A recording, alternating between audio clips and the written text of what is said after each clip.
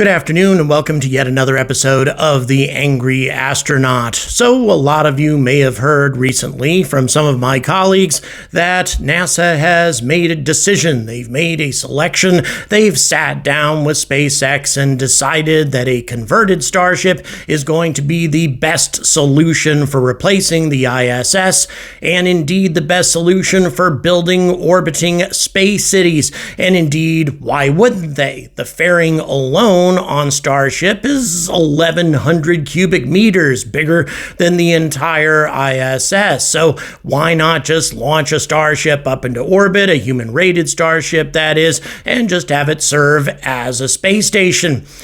Well, this is a gross oversimplification. No announcement of any kind in regards to NASA's official decision on this matter has been made. Instead, what was announced was a collaboration between NASA and 7 different prospective space station builders, space station designers, a lot of very famous names in the spaceflight industry, along with some that aren't tremendously famous, some that you have probably never even heard of. There are many designs on the table to replace ISS. And here's the important thing.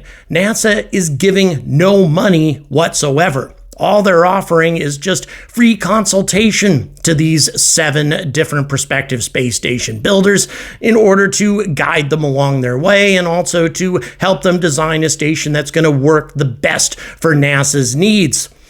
But so what? So there's 7 different prospective bids. Of course, SpaceX is going to win this bid, aren't they?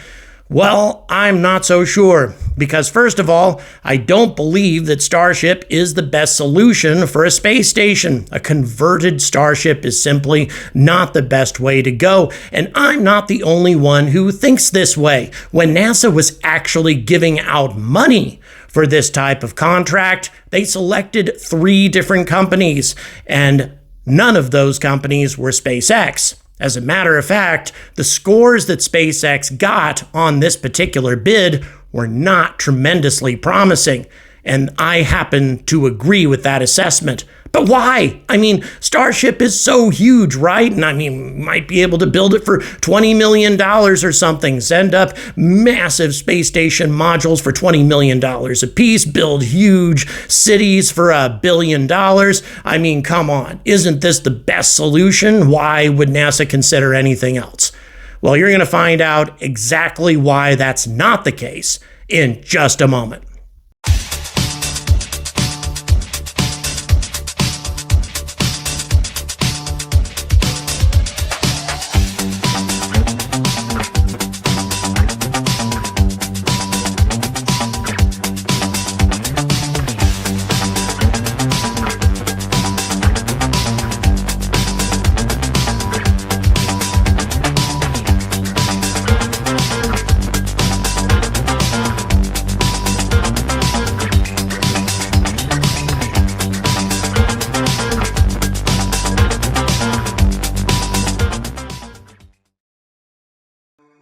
The International Space Station may be the most amazing thing that mankind has ever put into orbit. Indeed, it may be the most amazing thing that mankind has ever built.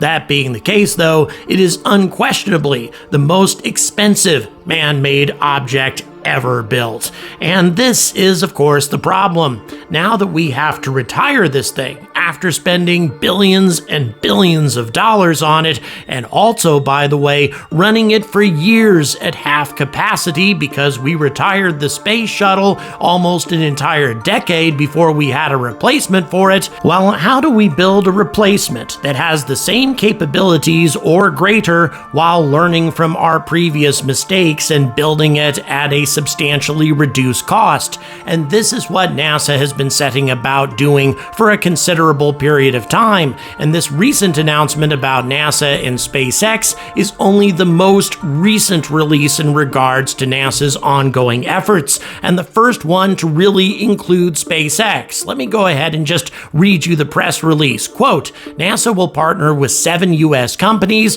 to meet future commercial and government needs, ultimately benefiting human spaceflight and U.S. commercial low Earth orbit economy.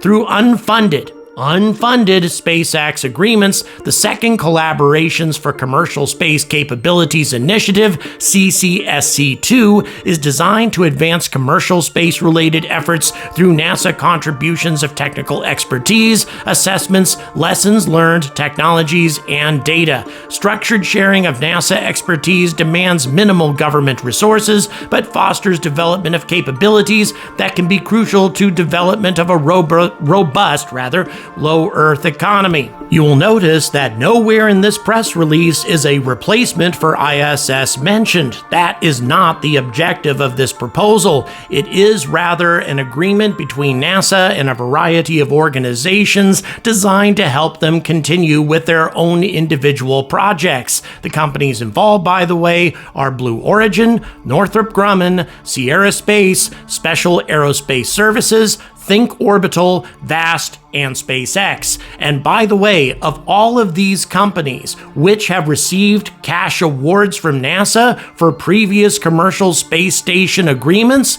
well, Blue Origin got $130 million, Northrop Grumman received $125.6 million, and NanoRacks, not even in this list, received $160 million. So obviously NASA has some favorites in this competition, and SpaceX does not appear to be leading the pack. Why is this the case? Well, let's have a look at some of the competitors from bottom to top.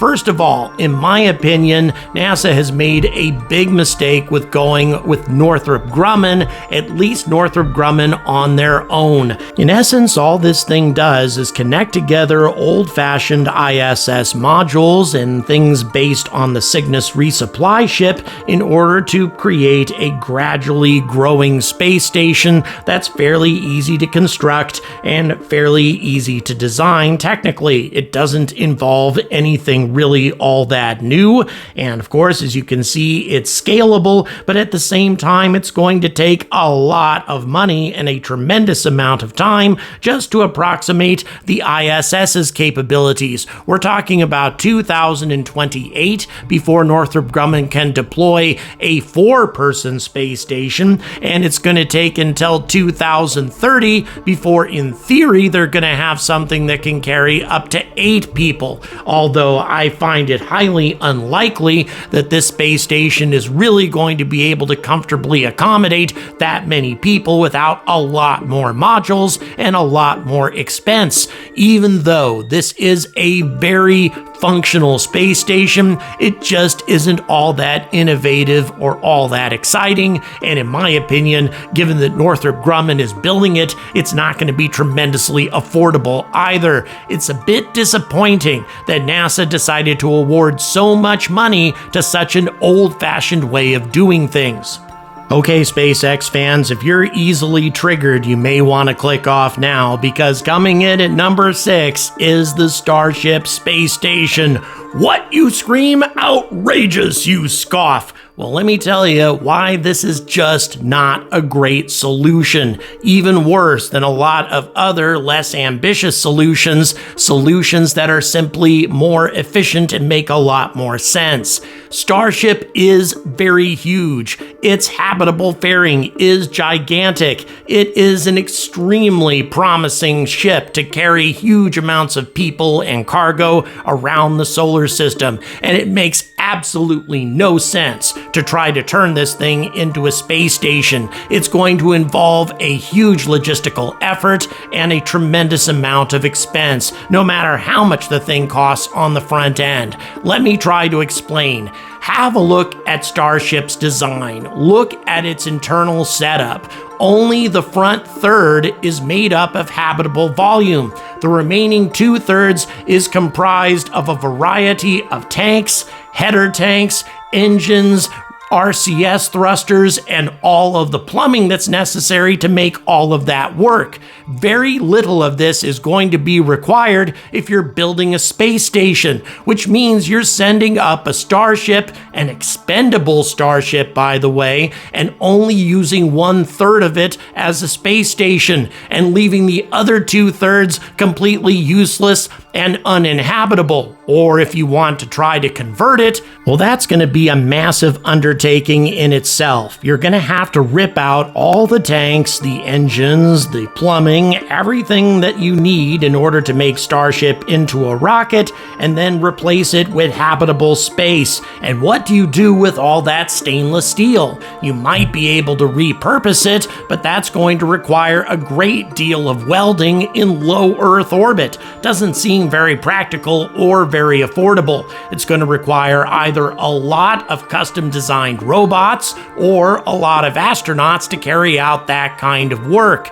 And how much money is all of that really going to cost? And then you have to convert all of that empty space back into human-rated habitable space, all in orbit, where these things are very expensive to do. It has been suggested that converting Starship into a space station is sort of a next level concept to the original idea of converting space shuttle hydrogen fuel tanks into a space station, but it's just not that simple. At best, it's a much more complicated method of doing the same thing, because the space shuttle hydrogen fuel tank only contained hydrogen. It didn't have lots of other tanks for methane, header tanks, RCS thrusters, etc. that would have had to have been ripped out. It was instead an empty fuel tank that theoretically could have been converted into a space station. Wouldn't have been easy, but at least theoretically possible. This is a much more difficult and far less viable method of accomplishing the same thing. And yeah, you could build these gigantic rotating stations out of these sorts of components, but that is something for the long haul. A very expensive solution indeed. It is a much better solution, in my opinion, to use the vast amount of space that Starship has available in its fairing to carry up modules, gigantic modules for gigantic space stations, and then bringing the reusable Starship back to Earth to bring up more modules. A less expensive and more efficient way of accomplishing a gigantic space station without having to rip out all that stainless steel in low Earth orbit. Oh, and by the way, what do you do with all those scraps of stainless steel? Just chuck them out and wait for them to deorbit themselves? It would create a lot of dangerous space debris, all of it being unnecessary when better options are available. And what are some of these options? Well, coming in at number 5 is a name that should be familiar to a lot of you, a company called VAST, a company that incredibly intends to come in on the outside lane and deliver the first commercial space station in history to orbit in 2025. And how the hell are they going to do that? With a single module space station launched on top of a Falcon 9. No new rockets necessary, just launch a single module with solar panels and all in a single Falcon 9 launch. Obviously, it doesn't have a great deal of capability or a great deal of habitable space, but this is only the beginning. The long-term goal of VAST is to build much larger modules designed to fill up an entire Starship fairing. In other words, all 9 meters, all 1,100 cubic meters worth of space without having to convert the rest of the rocket. Make use of Starship's incredible amount of space without having to do anything else, which is exactly what VAST intends to do. A single launch to deploy a gigantic module, 1,100 cubic meters in size, and then to connect these modules into a gradually expanding space station. I have a lot more information available about VAST in a video linked at the end of this one. So let's move on to a less ambitious, but nevertheless more viable space station, simply because they've been working on it for a lot longer, and I think they have some very good prospects to be the first legitimate replacement for the ISS, and this is Axiom Space. Now, this may seem to be a step backwards as far as most of you are concerned, because once again, we're going back to more old-fashioned types of modules, building a space station that's going to have a lot less habitable space than some of these colossuses that we've been talking about during this video, but the advantage is it's designed to be built off of the ISS. Axiom intends to build their space station, designed to be completed by 2028, by the way, by making use of ISS's existing life support system and power source until it has access to its own. In other words, these modules will be habitable and fully usable before the entire space station is complete, which means Axiom will be able to realize some commercial revenue out of this station before it's even finished. A very good idea indeed. It also has a crew capacity of about 8, so it will be able to replace the ISS as far as crew is concerned, and it also has a really innovative module called the Power Tower that makes use of cutting-edge solar technology to deliver the same amount of power that the ISS currently has at its disposal with a fraction of the surface area. Axiom is collaborating with Thales Alenia, who are very good at building space station modules, and once the station is complete and once the power tower is fully operational, then and only then does the station detach and become its own independent free-flying station. By the way, it also has a huge viewing port, which I like to call the zero-G hot tub, a lot of really interesting features, plus also some very aesthetically pleasing interiors that are much better than the harsh utilitarian interiors of the ISS. I think this is a very good solution, certainly not a gigantic one, but one that's very modular and one that can certainly be expanded. Plus also, it has the capability of adding on much larger modules, such as one provided by a company called Think Orbital. Now, we'll get to them in just a moment, but first of all, we have to talk about Starlab, a collaborative endeavor between Lockheed Martin and a company called NanoRacks, who have been in the space station business for a very long period of time. What I like about this thing is its hybrid collaboration between traditional space station modules and inflatable modules in order to give it more habitable space, and also its ability to be deployed in a single launch. That is a very big plus for me, is your ability to deploy the entire station in a single launch. And yeah, Starship can do that as well, but if you want to convert the entire thing into a space station, that's going to require a hell of a lot more than a single launch. Now, of course, Starlab is not tremendously huge, but at the same time, I have a lot of confidence in the company behind them. That is to say, NanoRacks. They are the main ones that I'm very confident about, but in addition to that, the inflatable modules are going to add a lot more habitable space to this thing, and its capability of being operational after a single launch gives it an important edge. And like a lot of these stations, it also has a Canadarm to add to its capabilities. And of course, it is expandable, so just because it's small and simple to begin with doesn't mean you can't build a much larger station out of this. Okay, time to start moving up to the big boys, the ones who have enormous amounts of habitable space at their disposal without a great amount of work being involved. And perhaps the leading company when it comes to this concept is Think Orbital. 4,000 cubic meters. Let me say that again. 4,000 cubic meters in a single Starship launch. How the hell are you supposed to accomplish that?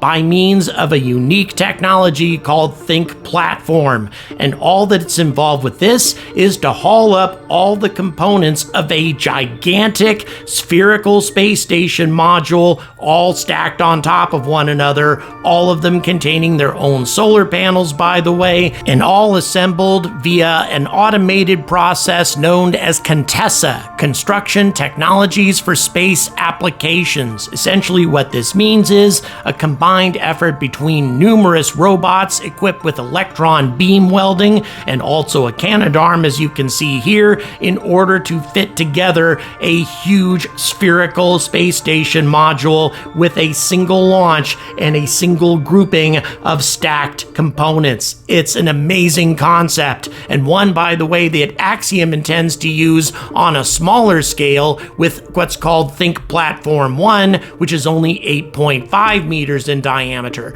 But Think Platform 2, yeah, the big one, that's 20 meters in diameter, 4,000 cubic meters, as I said before, free-flying, and most importantly, capable of being used not only for habitable space, but also for fuel depots. You could fit a tremendous amount of fuel inside one of these things, which would be useful to a wide variety of spaceflight providers, giving us better access to the entire solar system. The only problem that I have with Think Orbital is they didn't get very high marks from NASA back in 2021. I think their solution is extremely ambitious. We are talking about a single space station module that can be human rated for up to 40 people, for God's sake. But at the same time, it's going to be technologically daunting to make something like this work, and also it will require a great deal of on-orbit assembly by welding methods and a large number of robots that have yet to be tested. Something like this is unlikely to be deployed until sometime in the 2030s, but it ranks very high on my top 7 list because, come on, look how big this thing is and how elegant and innovative the solution of building something this huge in a single Starship launch. That's something that almost no other space station can compete with. And so if we're looking for a winner here, we need a good combination between a lot of habitable space and viability, something that we could really see being deployed in the next few years. And that, of course, is Orbital Reef, being provided by Blue Origin and Sierra Space. And let me tell you something, if it wasn't for Sierra Space, I would not be ranking this thing anywhere near the top. But Sierra Space and their Life module is an incredible innovation. They are currently leading the way in delivering the maximum amount of habitable space for the lowest price. And yeah, they're blowing these things up right now, as I've reported in a large number of episodes recently, but that's just to test the structural strength of this material in the first place. A material called Vectran, by the way, many times stronger than steel, and each being capable of delivering 300 cubic meters worth of space in a single launch of a Vulcan Centaur, which means you could probably squash 3 of these things inside the fairing of a Starship if you wanted to. And then, of course, what you're looking at right now is the spinal component provided by Blue Origin, 7 meters in diameter, running the length of the station. Something this big, what you're looking at right now, is significantly larger than ISS, and also significantly larger than the entire fairing of Starship. Of course, you couldn't launch all of this in a single mission, but at the same time, assuming that New Glenn actually enters service when it's supposed to, a station that approximates the size of ISS should be in orbit by 2028. And even if it isn't, Sierra Space is perfectly prepared to proceed with this mission without Blue Origin or New Glenn. They are capable of deploying these Life modules on their own, perhaps using Vulcan Centaur, or perhaps even using Starship, depending on who they decide to collaborate with. In addition to that, Blue Origin is providing an equivalent to Amazon Siri in order to take care of a lot of the maintenance requirements of a space station without the assistance of the astronauts.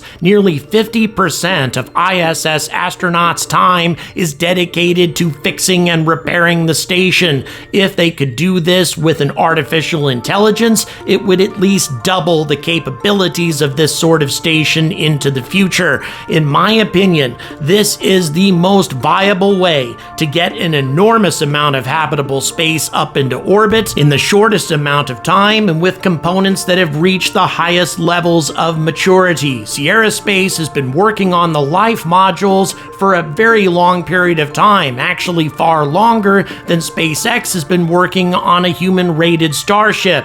The Life modules modules are very close to being deployed right now. And as I said before, Sierra Space doesn't really need Blue Origin in order to deploy a life module space station. And the terms of the contract specifically spell out that if either partner is unready to deploy a space station by an assigned date, then it's up to the remaining partner to get a space station into orbit as rapidly as possible in order to provide a viable replacement for ISS. And finally, in my opinion, the greatest advantage that Sierra Space holds is a fully comprehensive transportation system to get astronauts and supplies up into orbit. And that, of course, is Dream Chaser Tenacity, an amazing spacecraft that's capable of hauling more cargo than either Cargo Dragon or even the Cygnus resupply ship from Northrop Grumman, also capable of landing with far less G-forces being exerted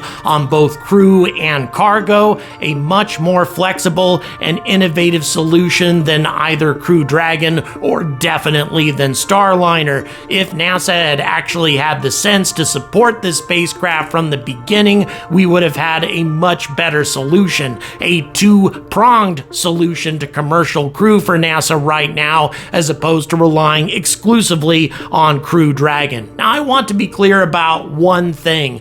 I definitely feel that Starship is the best solution for transporting people and cargo across the solar system. It is by far the best solution, but it is not necessarily the best solution for everything. We should make use of Starship's enormous cargo capacity and tremendous fairing to deliver enormous solutions provided by other companies if SpaceX does not want to dedicate themselves entirely to a space station. And clearly right now, they really don't. We haven't seen any conceptual drawings whatsoever from SpaceX for a space station. Instead, all of these drawings and animations have come from fans, and that indicates to me that SpaceX is perfectly content to dominate the transportation arena of spaceflight while leaving other things to other companies. Please smash that like, hit that subscribe. Also, please check the description for various ways to support my content,